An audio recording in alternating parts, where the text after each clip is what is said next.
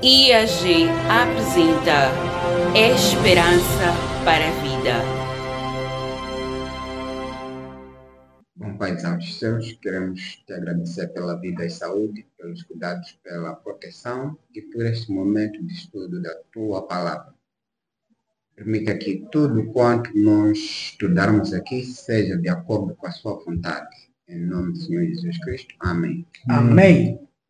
Saudações, sejam bem-vindos a mais um vídeo. Este é o seu canal IAG Moçambique. Estamos aqui mais uma vez para levar a cabo o estudo da lição neste teu programa muito especial, Esperança para a Vida. Irmão Tony, sábado, nós agradecemos pela sua presença e aceitar o nosso convite. Seja bem-vindo mais uma vez a este programa Esperança para a Vida. Obrigado, e eu agradeço também pelo convite. É uma experiência boa estar aqui convosco. E vamos ao estudo. Amém. Já o residente aqui de casa, o nosso colaborador, irmão Rogério Massing, seja bem-vindo mais uma vez para o estudo da Palavra de Deus. Muito obrigado, irmão Oscar. Também estender o convite ao irmão que está aí em casa, que seja mais uma vez bem-vindo a este canal Esperança para a Vida. Amém. Desta forma, quero convidar a si, que ainda não é inscrito do canal, para que possa se inscrever e ativar o sino de notificações, compartilhar esta lição com os demais irmãos, deixar os seus comentários, os seus likes. Isto é muito importante porque o YouTube vai recomendar esta lição a demais pessoas. Então, sem mais demoras, nós estamos na lição número 7 com o tema O Pão e a Água da Vida. Uma lição tão fundamental. Neste trimestre estamos estudando o livro de Êxodo. O verso para memorizar encontra-se em Êxodo capítulo 16, os versos 28 a 30. Assim diz a palavra do Senhor. Então o Senhor disse a Moisés: até quando vocês se recusarão a guardar os meus mandamentos e as minhas leis? Vejam, o Senhor deu a vocês o sábado. Por isso, ele no sexto dia lhes dá alimento para 2 dias. Cada um fique onde está. Ninguém saia do seu lugar no 7º dia. Assim o povo descansou no 7º dia. Que verso tão maravilhoso é este, mostrando que o sábado é o dia do Senhor. E o Senhor como provedor, o Senhor como mantenedor, Ele nos dá o sábado e ainda provê o alimento para nós, para que de facto possamos ter regozijo na guarda dos seus mandamentos. Ao longo desta semana nós teremos a lição de domingo, águas amargas. Teremos para a segunda-feira, codornizes e maná. Para a terça-feira, água da rocha. Quinta-feira, o pão e a água da vida. E por fim, sexta-feira, o estudo adicional. Na lição de sábado à tarde, o autor inicia dizendo que depois de deixar o Egito, Israel estava em uma jornada desconhecida para a terra prometida. O povo enfrentou uma jornada longa e difícil e precisava aprender uma infinidade de novas lições. O Senhor o guiaria e cuidaria dele. Desejava ajudá-lo a crescer, mas ele deveria aprender disciplina, autoconfiança, controle, sacrifício, altruísmo, confiança no Senhor e especialmente a obediência. Essas características aqui que o povo de Israel, ao sair do Egito com o intuito de ir a Canaã, terrena, no deserto, essas características que o autor coloca aqui que o povo deveria aprender: a confiar em Deus, a ser altruísta, a fazer o sacrifício, de forma especial, a serem obedientes. Será que isto ficou apenas para o povo de Israel no passado? Essas exigências, ser obediente, ser paciente e ser temente a Deus. Será que hoje também não é exigido de nós, Israel espiritual, a buscarmos estas qualidades antes mesmo de entrarmos na Canaã celestial? Irmão Tony? Eu penso que tanto no passado como no presente, essas qualidades, essas exigências, esse modo de ser é tão importante no passado como hoje. Porque, se não vejamos, a confiança no Senhor, aprender a ser disciplinado, o autocontrole, que é uma forma de domínio próprio sobre os nossos impulsos, isto é válido não necessariamente no tempo, mas ao ser humano em si. Okay. Onde existe sociedade, esses valores, essa forma de ser, ela é necessária até para dar continuidade à própria convivência social. Então, não é só para o passado, tanto quanto o presente, ele é importante. Agora, um assunto aqui levanta a mim um aspecto importante de raciocínio que tem a ver com a pergunta que Deus faz a Moisés. Exato. Aliás, Deus não faz a Moisés, Deus diz a Moisés para que direcione ao povo. Ao povo, exato. Até quando vocês se recusarão a guardar os meus mandamentos e as minhas leis?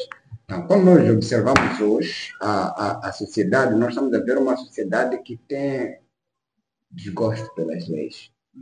Não gostam de leis. As pessoas olham as leis como se fosse um bloqueio, uma barreira, um obstáculo para a convivência ou para a liberdade. Mas, pelo contrário, é com base na lei que o bom relacionamento, tanto entre os humanos, bem como para com Deus, Exatamente. ele flui de forma proveitosa. Então, quando nós banimos a lei, recusamos a lei, odiamos a lei como um instrumento bloqueador de liberdade, é uma perdição total. Exatamente. Uma falta de entendimento. Irmão Rogério, então a lei é um muro de proteção. A lei, ela existe e ela revela o caráter de Deus. Então, se Deus é amor, através da sua lei, aprenderemos a ter o quê? Amor para com Deus e para com o nosso próximo. Então, essas qualidades, novamente, são importantes para os nossos dias ou não? São muito importantes, conforme disse aqui o irmão Tony. O povo do Antigo Testamento era salvo pela graça. É o que acontece também com o povo do Novo Testamento. É salvo pelo quê? Pela graça. Digo isso em que sentido? Nós somos salvos para a obediência. Somos salvos para guardar os mandamentos de Deus. E não só. Mesmo este povo que aqui nós estamos a falar, que também vamos falar durante a semana, não é? O povo de Israel, era evidente que eles guardavam a lei de Deus antes de estar escrito no Decálogo, não é? Daquelas duas pedras. Então, no livro de Gênesis, capítulo 2, o próprio Deus, depois de ter criado todos os céus, terra, tudo mais, ele descansou para mostrar que, na verdade, o sábado foi feito por causa de quê? Do homem. Por razão que, na sexta-feira, o que ele fez? Ele fez o homem. E no sábado, disse que esse homem devia fazer o quê? Descansar. Neste sétimo dia, que nós vamos encontrar no Êxodo, capítulo 20, versículo 8, que é o dia do sábado. Agora, este mandamento ainda continua sendo válido para os dias de hoje, mas encontramos que quanto mais chegamos no tempo do fim, as pessoas vão se esquecendo da guarda do sábado. E não só do sábado, mas também de outros mandamentos. É importante que o autor aqui diz que Moisés era um líder presente e o povo tinha quase que seguir sua liderança se quisesse triunfar. Então, hoje nós temos homens que são nossos líderes. Num mundo em que existe apostasia, nós temos que recorrer àquilo que diz a palavra de Deus. Por exemplo, em Isaías capítulo 8, verso 20, é-nos dito a lei e o testemunho. Se eles não falarem de acordo com esta palavra, é porque não há luz neles. Agora, Moisés era a luz de Deus para o povo. Moisés era um tipo de Cristo. Daí que ele era um líder presente. E o povo, se quisesse triunfar, tinha que seguir, de facto, as recomendações de Deus, vindas diretamente através de quem? De Moisés. Hoje nós temos um problema muito terrível, porque existem líderes que na verdade são apóstatas, líderes que podem piscar à direita e virar para a esquerda, e a Bíblia diz, maldito o homem que confia no homem. Então aqui, esses indivíduos foram dados a oportunidade de desfrutar do sábado, porque era o mandamento de Deus, e Deus, como é um Deus de amor e trazia a bênção, na sexta-feira eles deveriam recolher maná na porção dobrada, para que pudessem ter o quê? O descanso sabático. Como é que nós podemos entender isto hoje? Porque o povo de Israel tinha uma evidência clara de que o maná está a cair na porção dobrada, para que possam descansar no sábado sem ir para o campo. Será que hoje podemos aplicar esta lição? Alguém pode dizer que eu tenho que trabalhar para ter alguma coisa para comer no sábado. Porque o Senhor lá trazia na porção dobrada. Como é que podemos entender? Será que o sábado foi cancelado? Uma vez que já não cai por porção dobrada o maná para eles comerem? Então seria uma desculpa. Alguém poderia dizer, não, eu tenho que trabalhar para ter salário. O meu emprego diz que eu tenho que trabalhar no sábado. Porque o povo de Israel tinha o pão duplicado na sexta-feira para a sexta e para o sábado. Então parece que pode haver uma abertura para alguém encontrar esse texto e poder dizer, não, tenho a liberdade de ir porque não houve porção dobrada para o meu caso. O meu salário ou a comida não é suficiente, então terei que ir trabalhar. Será que há aqui uma abertura ou podemos explicar melhor para validar continuamente a lei de Deus? Eu penso que Os tempos são diferentes, mas a essência mantém. De que medida? O povo de Moisés estava dentro de uma circunstância. Eles estavam numa caminhada. Não estavam numa fase de trabalho empregador. Não estavam como assalariados a um determinado patrão, em que dali podiam ter um rendimento e ali fazer a sua gestão. Não estavam nesse sentido. Eles estavam dentro de uma caminhada, embora estivessem a trazer algum como é que chamamos isso? Alguma provisão do Egito. Sim.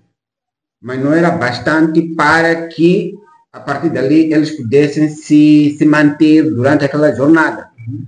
Mas também, por outro assunto que eu posso levantar aqui, é que a saída do povo do Egito para a terra prometida está na responsabilidade de quem? De Deus. Então, Deus está a mostrar como responsável dos seus próprios atos. E nessa responsabilidade, o que é que nós encontramos? É que Deus procura descongestionar ou desentupir a maneira, a forma de pensar ou o modus como eles foram socializados. Existe uma coisa que em sociologia é bastante notável, é o processo de socialização. Segundo a sociologia, o processo de socialização leva tempo. Então, envolve hábitos, costumes, crenças, não sei lá e quanto, que as pessoas acabam recebendo com o passar do tempo e assumem aquilo como seu modus vivendi. Então, aquele povo egípcio viveu durante muito tempo no Egito e absorveu uma determinada forma.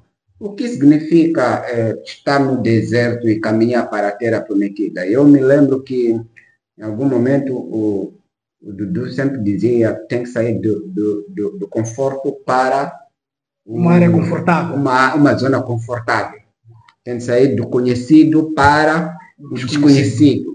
Então, para descongestionar, desentupir, fazer uma lavagem cultural e até mental, ou mesmo biológica daquelas pessoas, ele tinha que mudar o regime.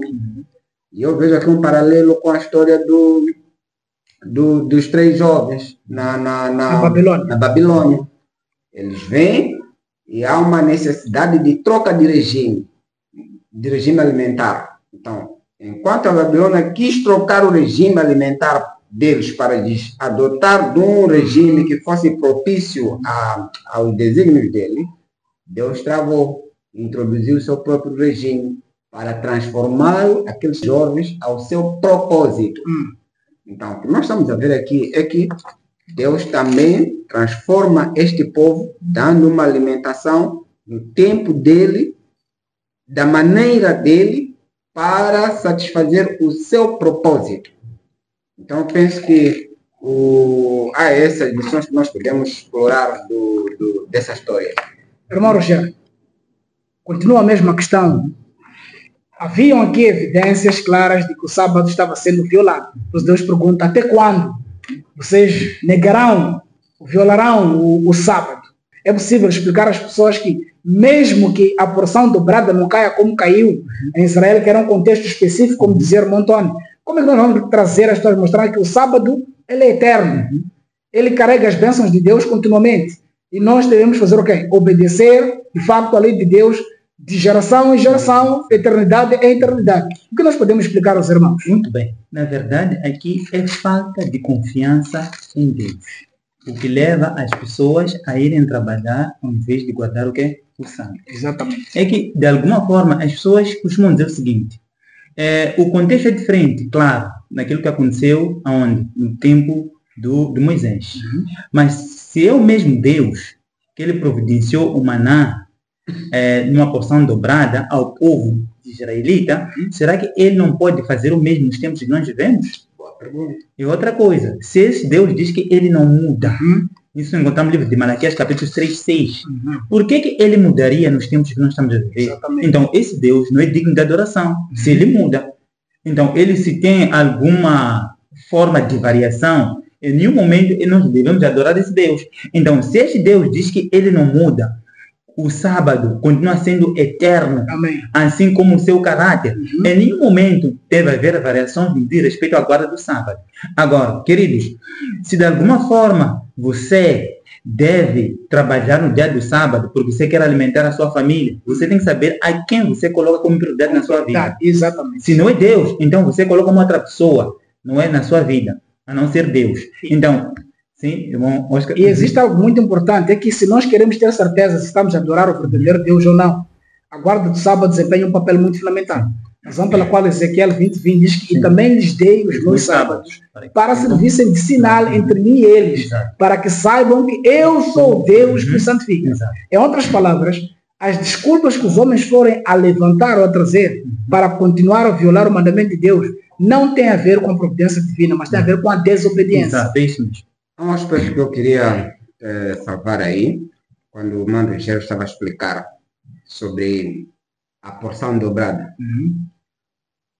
Já notaram que parece que houve uma inversão dos valores ou dos sentidos. No lugar de Deus deixar cair maná hoje e numa porção dobrada, agora os empregadores hoje, os empresários, pagam mais o salário ao trabalhador 2 vezes mais ou 3 vezes mais que quem trabalha no sábado.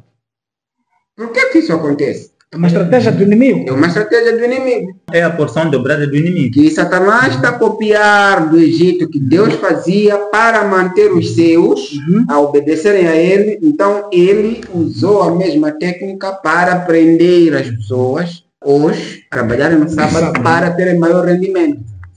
Então há uma inversão de sentido aqui. Muito bem. Nesta lição de domingo, nós vemos aqui águas amargas, nós vimos que o povo teve que peregrinar ali pelas características do deserto, a falta de água, e também é um lugar muito quente, sem condições, o povo de facto precisou de água. Mas quando eles depararam-se com a situação de encontrar água, será que eles encontraram águas doces? É claro que a Bíblia nos fala que eles encontraram águas amargas. Aquilo foi uma experiência também tão terrível para o próprio Moisés. Porque começaram murmurando, você nos tira do Egito, onde tínhamos tudo, e aqui estamos numa situação que nem água temos. É tão bom porque quando eu vejo a trajetória de Moisés, este lugar Moisés conhecia. Exatamente. E sabia que aquelas águas eram águas o quê? Amargas. E Moisés provavelmente ele não chegou de se empolgar. Mas o que aconteceu com o povo? Ele se empolgou. Disse o seguinte, nós vamos correr por quê? Porque é basicamente água que nós precisávamos naquele momento. E eles foram e encontraram que na verdade as águas eram o quê? Eram amargas. E, na verdade, aquilo que o irmão Oscar estava a dizer, eles murmuraram contra quem? Contra Moisés. Mas devia ser contra quê? Contra Deus. A confiança, mas de alguma forma Deus podia tirar este povo do Egito após 10 pragas, para depois ir matar este povo de fome no deserto. Que Deus é esse que nós adoramos? Aqui houve também falta de confiança. Sabe, quando nós desobedecemos a Deus, nós pagaremos sim, que é as consequências por causa dessa desobediência, tal como aconteceu com o povo. Não era vontade de Deus para que este povo pudesse ficar 400 anos no Egito. Exatamente. Mas por causa da desobediência, o que aconteceu com eles? Tiveram que ficar no Egito. Agora, e também, do mesmo jeito, eles começaram a murmurar, não é? Contra Moisés. Isso é desobediência e não confiam em Deus. E também tiveram consequências por causa disso, a desobediência. Então, a confiança em Deus é muito importante. E olha só que isso faz parte também dos outros elementos naturais. Exatamente. A confiança em Deus, que é basicamente importante. É importante quando faz referências dos outros meios naturais, porque além da confiança em Deus, temos a água. Exatamente. Só que esta água era amarga. Agora, algo muito especial é que é dito a Moisés para que ele jogue o quê? Sobre o poço, sobre as águas? Sim. Uma vara. E as águas tornaram-se doces. Então, existem lições espirituais, existem lições físicas que nós podemos aprender desta lição. Quando nós estamos diante de um conjunto ou de um recipiente que tenha água, levando um tronco, introduzindo naquele recipiente, isso pode purificar a água, porque as impurezas que estão nessa água vão grudar neste pau, assim purificando a água. Então, existem lições espirituais a serem levadas aqui. Porque não foi o pau que purificou a água, mas foi o poder de Deus. Mas existem lições espirituais. Ou seja, no ministério de Cristo Jesus, nós vamos encontrar Cristo fazendo coisas que mostram o poder de Deus, mas que também se aplicam na nossa vida de forma física. Quando Cristo, por exemplo, cura o cego, Sim. ele usa lodo. Mas hoje nós sabemos que o lodo tem propriedades alcalinas, que podem ser usadas mesmo para a limpeza da vista. Então Deus é sempre Deus. Ele que fez as coisas, ele sabe para que funcionam, ele manda os seus servos aplicarem. Isso é muito importante. Irmão Tom, não sei se tem algum comentário a respeito desta lição, as águas amargas de Mara. A lição diz que os episódios mostram que Deus traz solução e paz.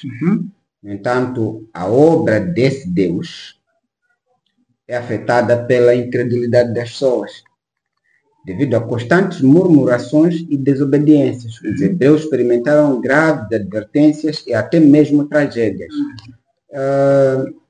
A murmuração e a desobediência não agrada a qualquer um.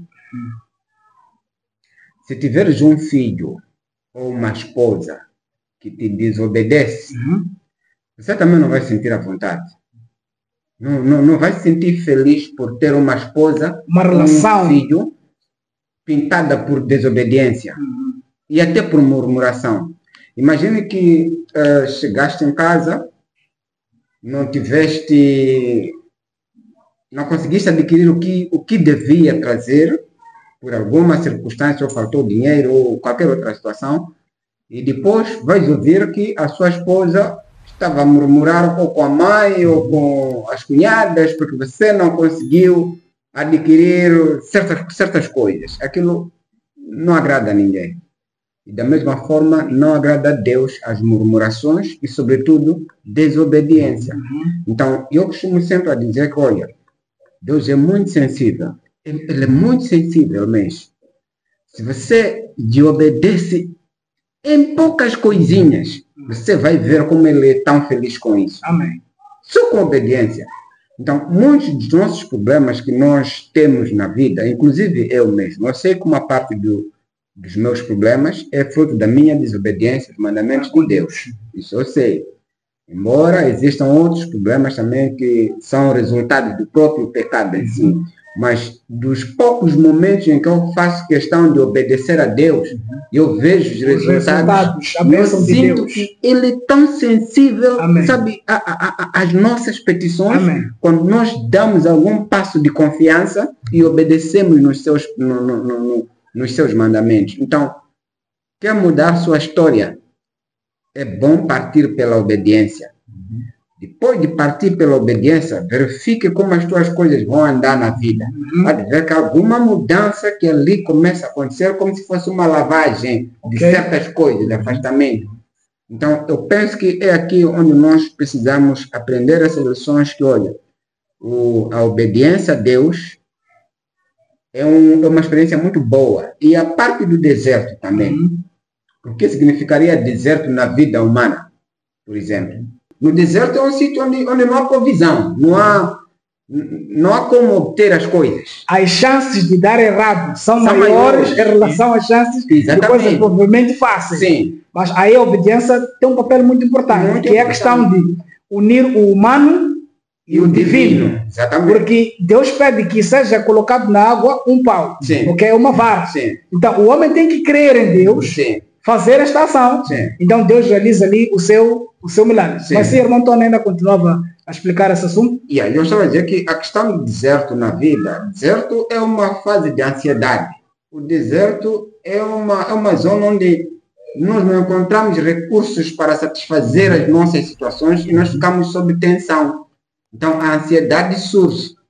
Só que é exatamente no deserto, no silêncio, no isolamento, onde nós precisamos prestar atenção a Deus. Amém. Ouvir o que Deus tem a dizer. E não ficar a murmurar, porque Deus não me atende, Deus me abandonou, porque eu estou sozinho, porque não sei o que. O deserto na vida é um momento de encontro com Deus. No fundo, não é um deserto. É como dizer, eu preciso de tua atenção para você me ouvir. Exatamente. Imagina teres uma mulher que nunca está disposta a te ouvir, está ocupada com seus afazeres. Como é que fica? Tu queres dizer uma coisa, ela não quer prestar atenção em ti porque está apegada a coisas. Tem muitas coisas. E o que Jesus Cristo disse? Oh, Marta, Marta, Marta, tu estás apegada a muitas coisas. Mas a Maria escolheu a boa. Aquele tempo de sentar aos pés de Jesus para ouvir o sermão de Jesus Cristo é um momento de isolamento, é o deserto, é o sábado. Eu considero o sábado como uma espécie de deserto. Por quê? Porque é o sábado que nos desliga de toda aquela vegetação, de toda aquela coisa, agitação social. Nós não temos bois, não temos árvores, não temos nada, não temos carros. Estamos num sítio no deserto para ouvir a voz de Deus. Então, eu penso que o deserto aqui, uma vez que estamos a falar sobre sábado, o deserto para mim significa o sábado. Muito bem. Aqui o autor nesta lição diz que foi um milagre, na verdade. Obviamente não foi a madeira, mas o Senhor que tornou a água doce e potável. O povo teve que aprender 2 lições importantes. A primeira lição é necessário ter paciência e esperar o tempo do Senhor. Deus age em cooperação com os seres humanos. Essas lições são importantes serem usadas até os nossos dias. Temos que ter a paciência e esperar no Senhor. Também unir o humano e o divino. No livro Medicina e Salvação, na página 77 de 1899, aqui a Salva do Senhor diz que foi por um milagre que o sábado foi preservado. Significa, ainda no deserto, o povo de Israel já queria apagar o sábado da história. E foi quase que um milagre conservar ali o sábado. Hoje nós vemos que Satanás empreendeu um trabalho muito terrível para apagar o sábado da lei de Deus, mudando os tempos e a lei. Então o sábado permanece como um milagre. Então se nós guardarmos este sábado, conforme líamos no verso para memorizar, até quando? Até quando nós iremos rejeitar a guarda do sábado? Passam-se tantos anos, hoje são milhares e milhares de anos, mas o sábado continua. Lembra-te, porque parece que a humanidade tem uma amnésia generalizada. Exatamente. Não reconhece o sábado como dia do Senhor. Mas porque Deus é Deus, Ele diz, lembra-te do dia do sábado para o santificar. Exatamente. Na lição de segunda-feira, codornizes e maná. Esta lição é muito, muito rica. Irmão Rogério, o que podemos dizer desta lição aqui sobre as codornizes e maná? O que as pessoas querem hoje? Querem continuar com as codornizes ou com o maná? Que lições espirituais podemos tirar para os nossos dias nesta lição aqui? Bom, várias lições nós podemos tirar nesta lição da segunda-feira. Provavelmente esta lição em que eu ia falar muito, não é? Porque é o assunto que está a acontecer nos nossos dias. É assim, querido irmão, assim como aquele povo hebreu se comportou, nós também nos comportamos da mesma forma. Quando eu vou aqui para o Patriarcas e Profetas, não é? Diz o seguinte: a experiência variada dos hebreus era uma escola preparatória para o seu lar prometido em Canaã. Deus quer que seu povo, nestes dias, reveja com humildade, coração e espírito dócil as provações pelas quais passou o antigo Israel, a fim de que possa instruir-se em seu preparo para Canaã celestial. Amém. É uma das formas estas, não é, de nos prepararmos para o quê? Para Canaã celestial. Posso dar aqui exemplo daquilo que aconteceu com quem? Com o João Batista. Não é? O que João Batista? Ele percebeu que estando na cidade, facilmente ele podia se corromper. O que ele fez? Saiu da cidade para o deserto. Não é? Em outras palavras, podemos dizer que é para o campo. Não é? Onde ele teve que se abdicar de todos os manjares da cidade e logo apareceu que lá teve uma alimentação vegetariana, que é a alimentação ideal para quem? Para com Deus. Assim como aconteceu com o povo. Não é? Deus teve que suprir a fome deles com a alimentação do quê? O pão celestial, que é o maná. Agora, o que acontece aqui, queridos irmãos? As codornizes, assim que devia ser algo temporário, não é? E maná durou quantos anos? 40 anos. Mas codornizes foi por um pouco tempo. Ensinando ao povo que, na verdade, a alimentação que eu estou a vos dar é uma alimentação que é eterna, que mesmo na nova terra, vocês ainda vão continuar a comer o quê? O mesmo alimento. Mas nós negligenciamos o quê? Esse chamado de advertência para quem? Para Deus. Quando eu vou para o livro de João, João, capítulo 6, versículos 30. Que já encontrou o irmão Antônio, poder, capítulo 6, 30. Então lhe disseram eles: que sinal fazes para que o vejamos e creamos em ti? Quais são os teus feitos? Nossos pais comeram maná no deserto, como está escrito: deu-lhes a comer pão do céu. Versículos 35. Declarou-lhes, pois, Jesus: eu sou o pão da vida. O que vem a mim jamais terá fome, e o que crê em mim jamais terá sede. Versículos 58. Este é o pão que desceu do céu, em nada semelhante àquele que os vossos pais comeram, e contudo morreram. Quem comer este pão viverá eternamente. Exatamente. Agora, encontramos aqui Jesus Cristo a comparar o maná como o quê? O pão da vida. A comparar como a palavra de Deus. Exato. E não só, nós temos que ver o que depois terá acontecido com este povo quando pediu o quê? Codornizes, e pediu carne. Porque este assunto, na verdade, nos importa nos nossos tempos. O que acontece nós? Hoje em dia nós também pedimos carne. Não queremos sair do Egito. Não? Ainda continuamos as iguarias de onde? Tanto da Babilônia, assim como do Egito. Salmos 78, versículos 23. Vou começar aqui de versículos 22. Diz o seguinte aqui: pois eles não creram em Deus, nem confiaram no seu poder salvador. Contudo, ele deu ordens às nuvens e abriu as portas dos céus. Fez chover maná para que o povo comesse. Deu-lhe o pão dos céus. Os homens comeram o pão dos anjos. Enviou-lhes comida à vontade. Enviou dos céus o vento oriental e pelo seu poder fez avançar o vento sul.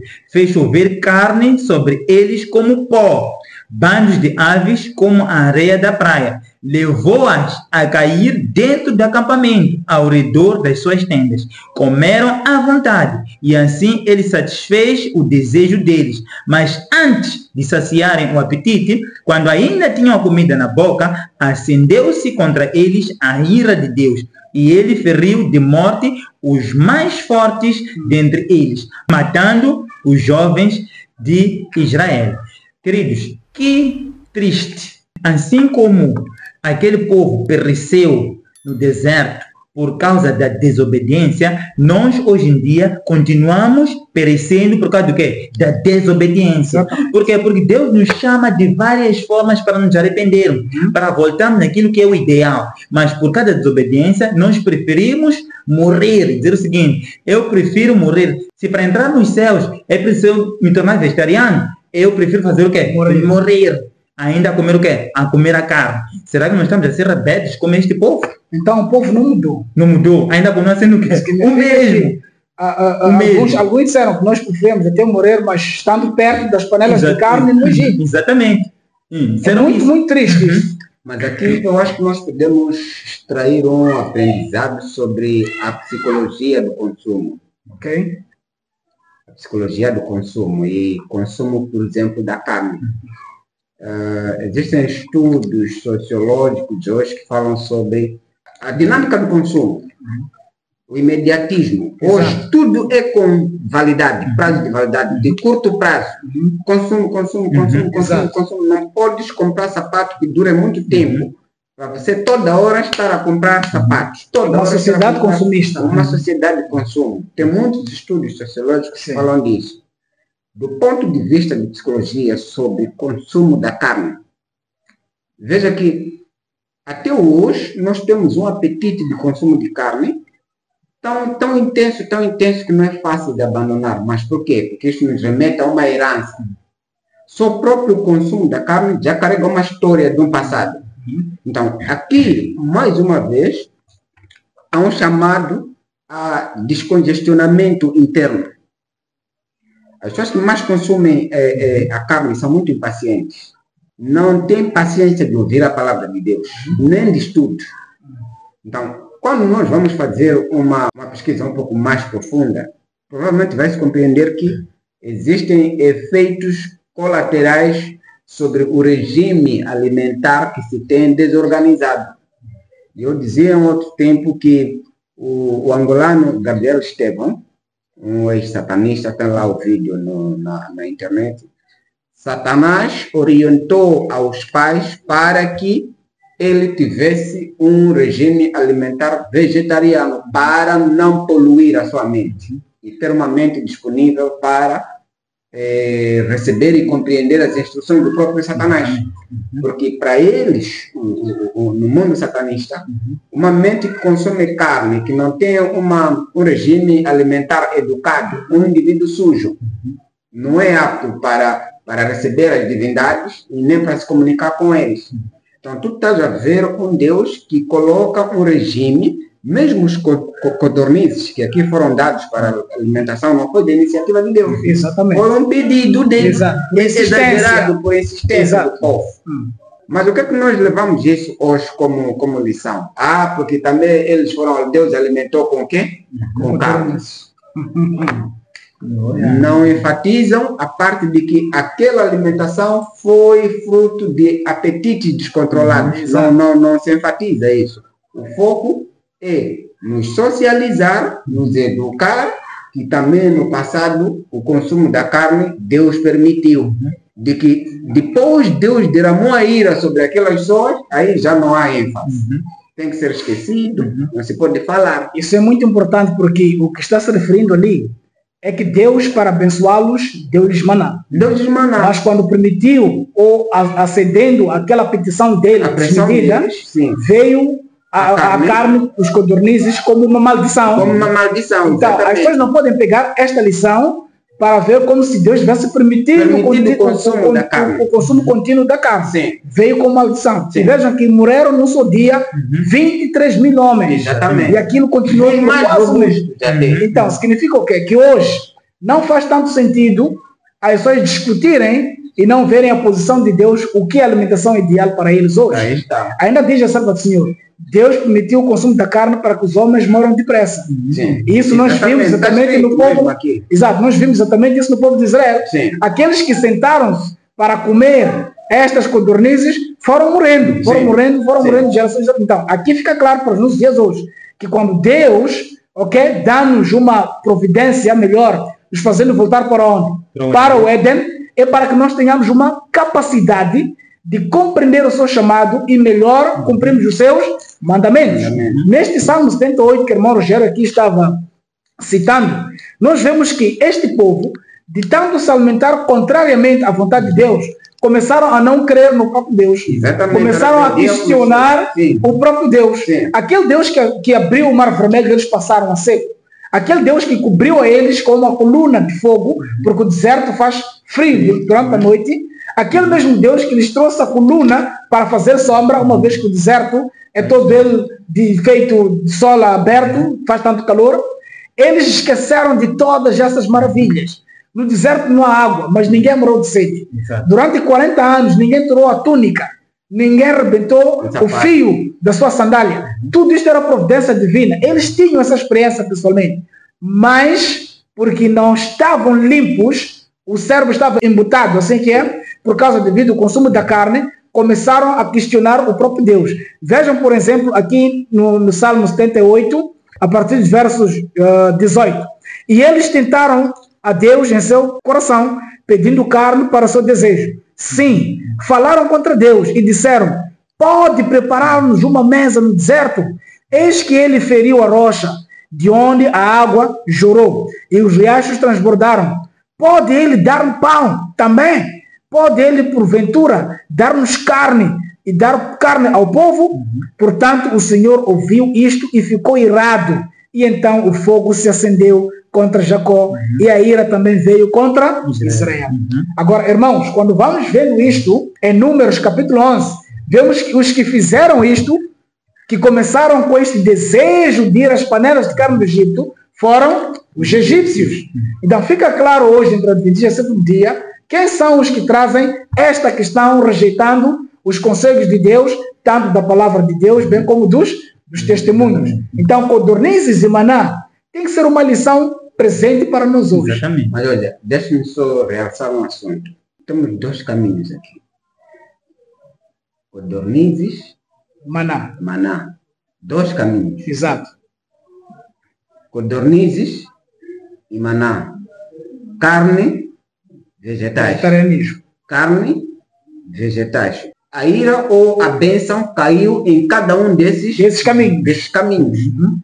Carne, vegetal. 2 caminhos. Exato. Cabritos ou ovelhas. É uma questão muito simples que tu não precisas ter muito esforço para compreender. Um exercício terrível. Sim, para compreender. Então, um outro aspecto que eu queria aqui salientar é a redução do tempo de vida. Existe uma coisa que eu tenho vindo sempre falar nos meus círculos de diálogo, que é a burificação das pessoas. Okay. Esse termo burificação eu criei no sentido de burro, tornar burro as pessoas. Sim. Então eu chamo de burificação das pessoas. Então as pessoas são burificadas para não terem capacidade de julgar ou fazer juízo das coisas. Da mesma sorte que Jesus disse, conhecereis a verdade e a verdade te libertará. Então, o processo de purificação é para impedir que você conheça a verdade para se libertar. Então, quanto mais burro você ficar e tiver menos capacidade para julgar as coisas, mais apto você estará para seguir aquilo que não deve seguir. Então, eu acho que o processo de purificação aqui está mesmo a centrar-se nesta dicotomia. Carne e maná. Ok. Queres ficar esperto? Satanás disse, coma vegetais. Para de obedecer bem. Mas não para obedecer o quê? A Deus. Pelo menos me refiro isso ao Gabriel Esteban. Não estou dizendo no contexto geral. Para Gabriel Esteban. Porque eu sabia que comendo vegetais, a pessoa vai ficar com mente limpa e vai obedecer bem a doutrina dele. Mas por uma questão de estratégia de aplicação, já quando é para o público em geral, ele já não dá vegetais. Dá o quê? Carne. Que é para o quê? Você obedecer aquilo que ele quer. E não obedecer a quem?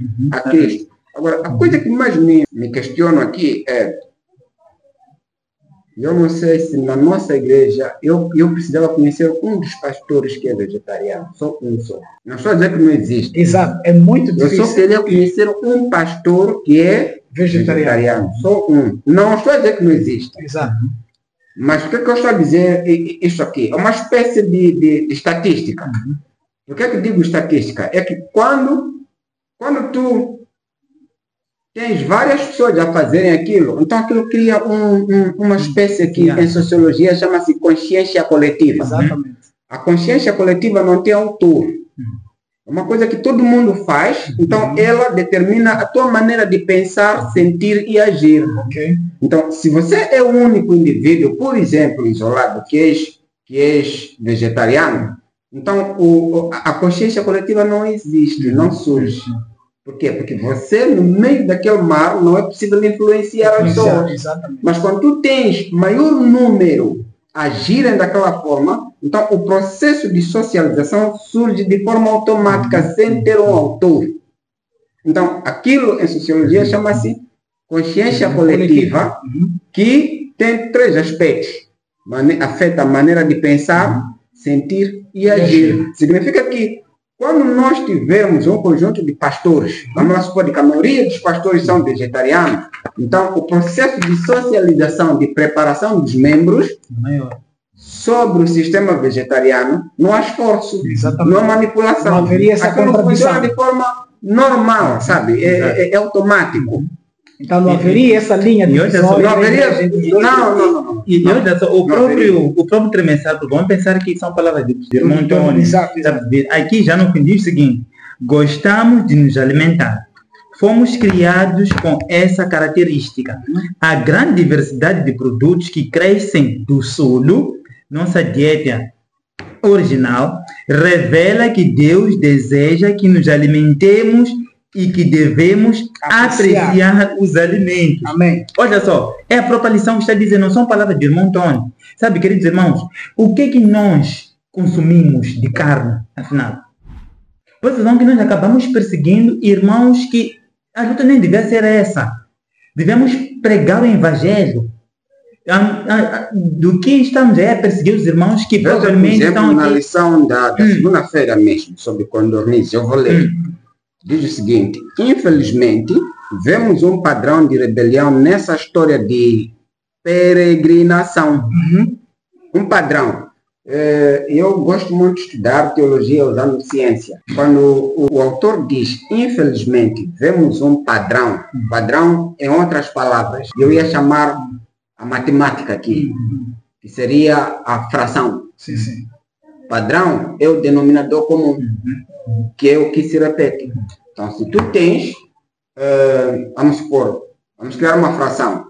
Codornizes, vamos dar o número 2, sobre a alimentação aqui, que é o ideal de Deus. Ok. Vamos criar uma outra fração, mais maná, sobre o ideal de Deus.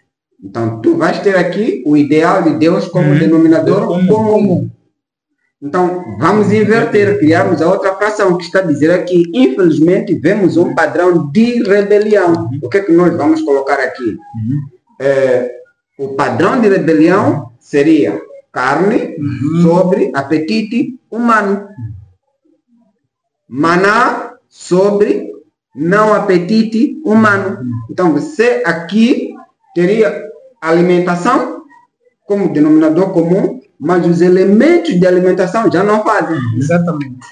Não fazem. Então, nós estamos a ter aqui uma situação onde, quando tu queres construir o resultado final, que é ter uma sociedade ou um povo que obedeça a Deus, tu não vais ter, terás que acertar a equação. Exatamente. E como é que acertas a equação? É evangelizando aquele povo que é rebelde para conhecer o Evangelho, para se adequar ao povo ideal de Deus.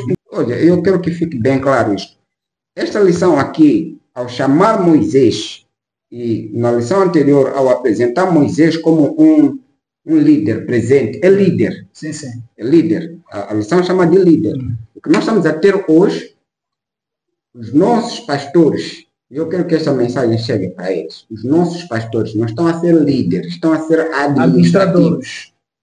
administradores. Então, quando estão a ser administradores, estas mensagens aqui já não estão a encaixar. Há uma necessidade de reforma ao nível pastoral. Por quê? Porque, mais uma vez, estou a dizer o seguinte. Se você conseguir ter, vamos no universo de 100 pastores, conseguires ter 70 pastores ou 50, eles vão criar aquilo que nós chamamos em sociologia consciência coletiva. Exato. Que cria o processo de socialização, educação dos membros. Então, se você tem, por exemplo, pastores que não são vegetarianos ou se ocultam, como é que eles vão criar a consciência coletiva no anonimato? Mas é aquilo que sempre temos dito. Ninguém pode pregar aquilo que não vive. Aí está. Então, se um pastor vai pregar a verdade sobre a reforma, a verdade presente, ele tem que viver esta mensagem. Nesta carta 44 de 1903, a Serva do Senhor nos diz por que Deus deu esta alimentação o povo de Israel quando tirou do Egito. Diz que a alimentação no deserto tornou Israel mais doméstico. Se os israelitas recebessem a comida que tinham no Egito, teriam manifestado o espírito indócil que o mundo mostra hoje. No alimento do homem e mulheres deste século, inclui-se muitas coisas que o Senhor não teria permitido que os filhos de Israel comessem. A família humana, como é hoje, é uma ilustração do que os filhos de Israel teriam sido se Deus lhes permitissem comer comida a seguir os hábitos e costumes dos egípcios. Hoje nós temos problemas muito sérios de saúde.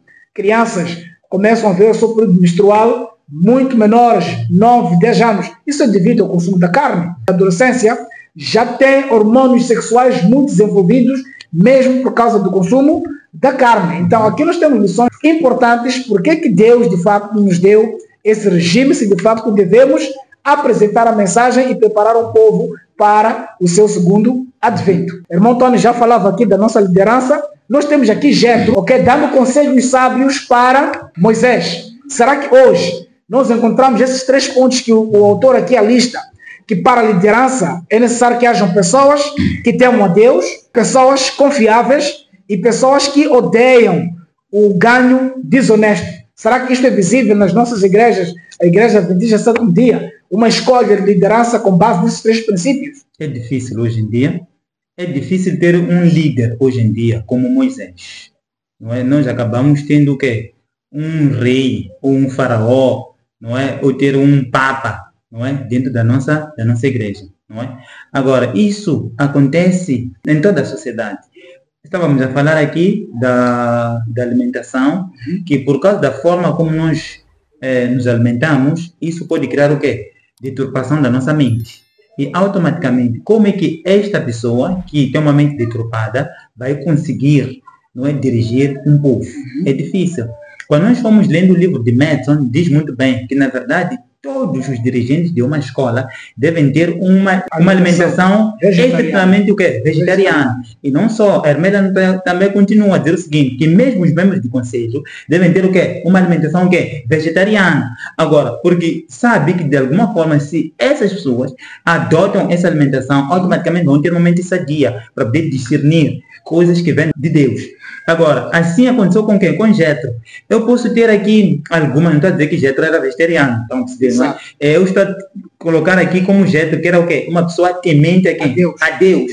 E não só por causa disso, deu conselhos sábios ao próprio Moisés, que Moisés depois, a posterior, se tornou o quê? Advogado de Deus. E aliado a isso, tenho aqui algumas histórias interessantes, a história de Ezequias, não é? Temos a história também de Naamã, que eu gostaria de falar com os irmãos, que nós encontramos no livro de 2 Reis, capítulos 20, versículos 13 até 18. Versículos 13.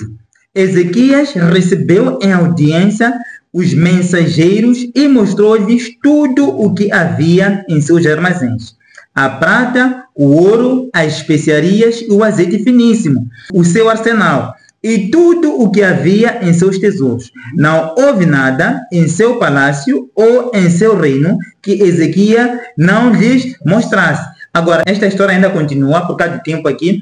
Eu ia dizer o seguinte, que na verdade, o que o profeta Isaías queria que o Ezequias pudesse mostrar? O Deus da prata, o Deus de Israel, mas não conseguiu mostrar isso. Mostrou o quê? Os tesouros, aquilo que ele tinha. E ele pensava, Ezequias, que aquilo que ele tinha era através do esforço humano, mas sim era do esforço de quem? Do próprio Deus.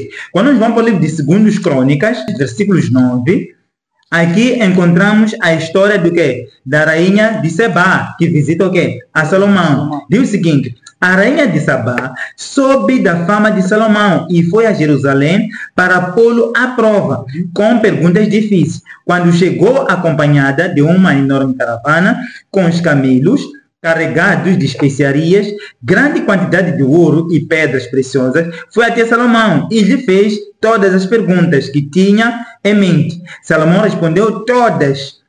Nenhuma lhe foi tão difícil que não pudesse responder. Vendo a sabedoria de Salomão. Quem deu sabedoria a Salomão? Foi o próprio Deus.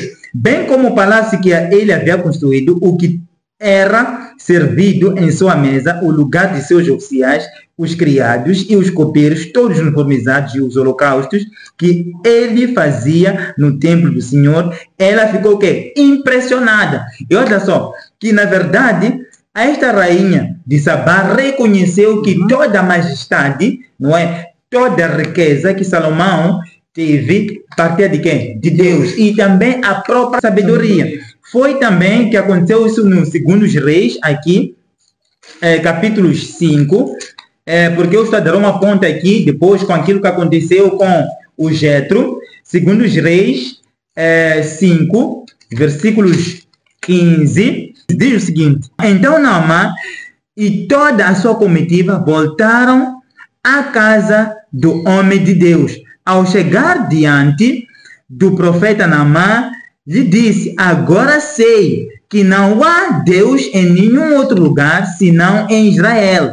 Por favor, o que? Aceita um presente do teu servo.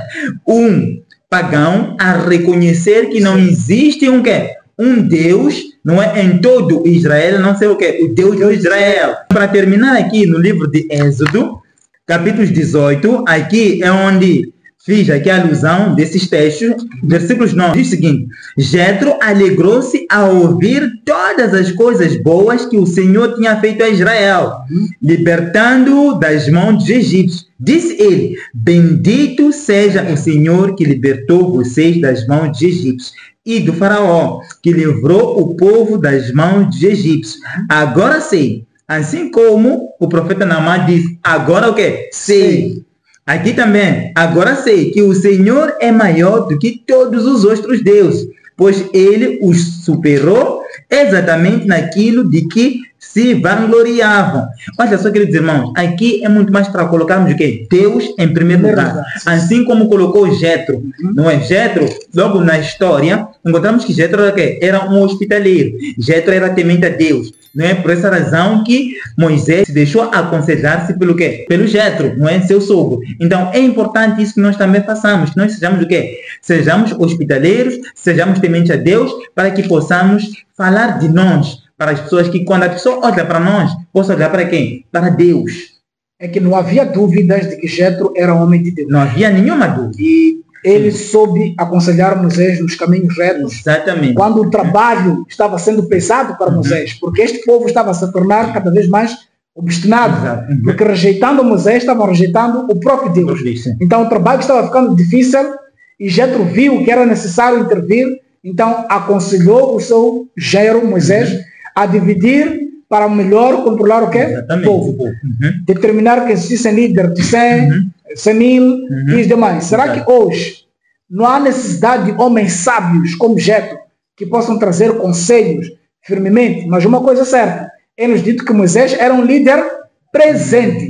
Infelizmente nós passamos em nossas igrejas locais um trimestre sem aparecer um pastor. Eu acho que os homens sábios como Jetro hoje só serão úteis para líderes, não para administradores. Mas explica em detalhes isso, irmão Antônio. Serão úteis para líderes, por quê? Porque os 3 itens que o Jetro dá como conselho a Moisés não são tanto revelação divina. É que quando você anda com Deus, tu sentes que isto é necessário. Amém. Estou a tentar dissipar a tentativa de pensar que isto aqui foi uma unção, uma revelação de Deus a Jetro. Eu costumo sempre fazer esse choque. Por exemplo, pessoas que temessem a Deus. É preciso que seja uma revelação divina para a pessoa compreender que alguém que quer andar com Deus tem que ser alguém. A Deus. É preciso que seja uma revelação? Não. Tem que ser algo natural. É o estilo de vida da pessoa. Mas isso não se nota mesmo. Que isto é um requisito primário. Por exemplo, que fossem confiáveis. É preciso que Deus revele que, olha, para você me servir tem que ser uma pessoa confiável. É preciso que seja uma revelação divina, é isso? Claro que não. Eu acho que não. Então, o que eu estou a tentar dizer aqui é, pessoas desse tipo hoje existem, mas nunca serão úteis para administradores, serão úteis para líderes. Por que líderes? Porque líderes estão preocupados com o bem comum. O administrador está preocupado em manter as coisas como elas estão ou para tirar vantagens.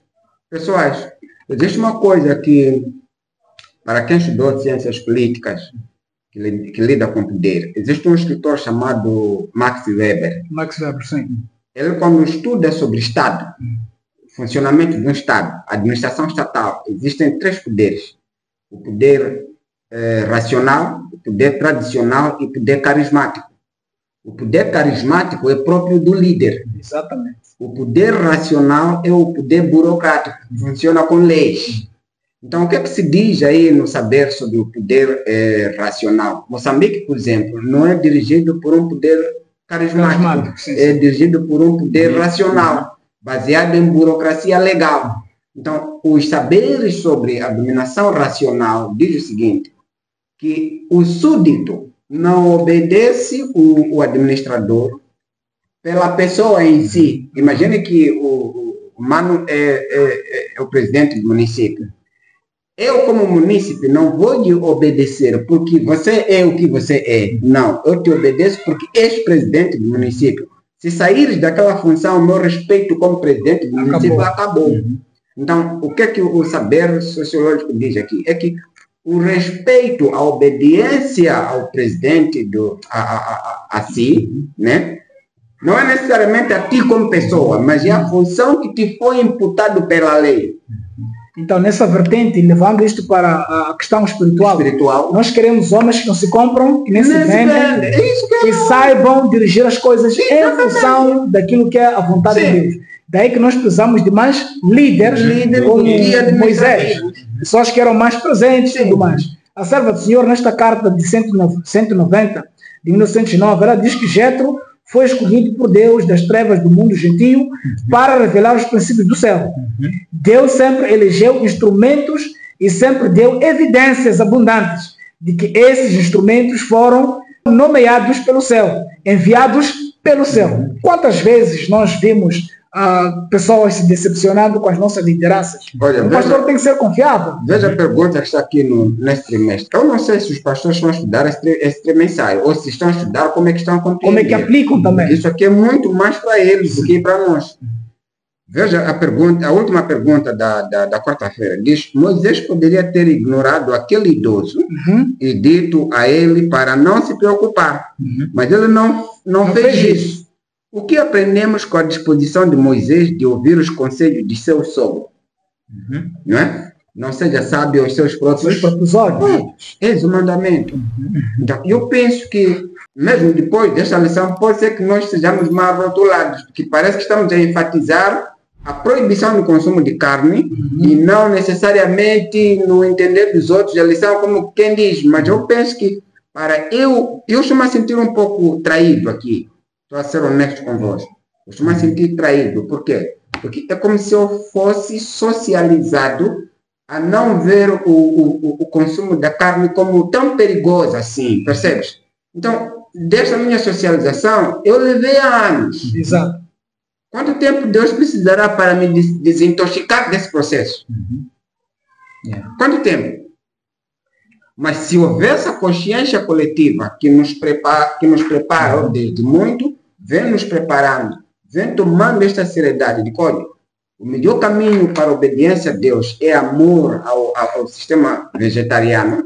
Não porque aquela carne comer, não sei o que, não, mas porque para eu ter saúde, para eu estar bem, para a minha vida desenvolver, para eu ter mais anos de vida, eu tenho que usar por este caminho. A minha vida estaria facilitada em muitos aspectos. Exatamente. Estamos mesmo já na reta final. Aqui o autor nos recomenda a buscarmos cada vez mais o pão da vida e a água da vida, que é Cristo Jesus. Nós sabemos que o próprio Cristo disse: não só do pão viverá o homem, mas de toda a palavra que sai da boca de Deus, mostrando claramente que nós temos que ir às Santas Escrituras para ver este pão, consumirmos este pão e termos a nossa sede saciada em Cristo Jesus. Para terminar, últimas considerações, irmão Rogério? Bom, para terminar, na verdade, queria deixar um conselho para os irmãos que nos acompanham, que na verdade nós temos que usar a Bíblia como única regra de fé e prática. Amém. Aqui, na verdade, nós não estamos a atacar nenhum líder religioso, não estamos a atacar nenhum membro, mas sim estamos a endossar aquilo que a palavra de Deus diz. Amém. Assim como aconteceu com os israelitas aqui em Patriarcas e Profetas, capítulos 26, diz o seguinte: muitos consideram os israelitas daquele tempo, admiram-se de sua incredulidade e murmuração, achando que se tivessem estado em lugar deles, não teriam sido tão ingratos, assim que é. Mas quando sua fé é provada, mesmo com pequenas aflições, não manifestam maior fé ou paciência do que fez o antigo Israel. É basicamente isso que está acontecendo conosco hoje em dia. Sabe? Assim como aconteceu com Moisés, que ele foi aconselhado pelo Jetro e acatou o conselho. Às vezes é importante que nós possamos acatar os conselhos que a nossa irmã Helena costuma dizer, que na verdade não há nenhuma diferença. E nós hoje em dia estamos a ser mais teimosos, mais rebeldes, ainda mais do que aquele povo israelita. Queridos, assim como na lição passada, que a porta da graça se fechou para os egípcios no Mar Vermelho, não é? A porta da graça também está se fechando para nós nos dias de hoje, sem nós já percebermos. Este povo aqui fechou-se a porta da graça porque o juízo de Deus teve que vir e todos eles foram mortos. Agora, nós não estamos a morrer, porque Deus está a estender a sua misericórdia e graça. Mas chegará um tempo em que mesmo essa misericórdia em nenhum momento vai se estender. Muito bem, irmão Antônio. Quando eu estava a falar, eu estava a pensar nos pequenos pontos que me vieram à mente. Esta lição número 7. Exato.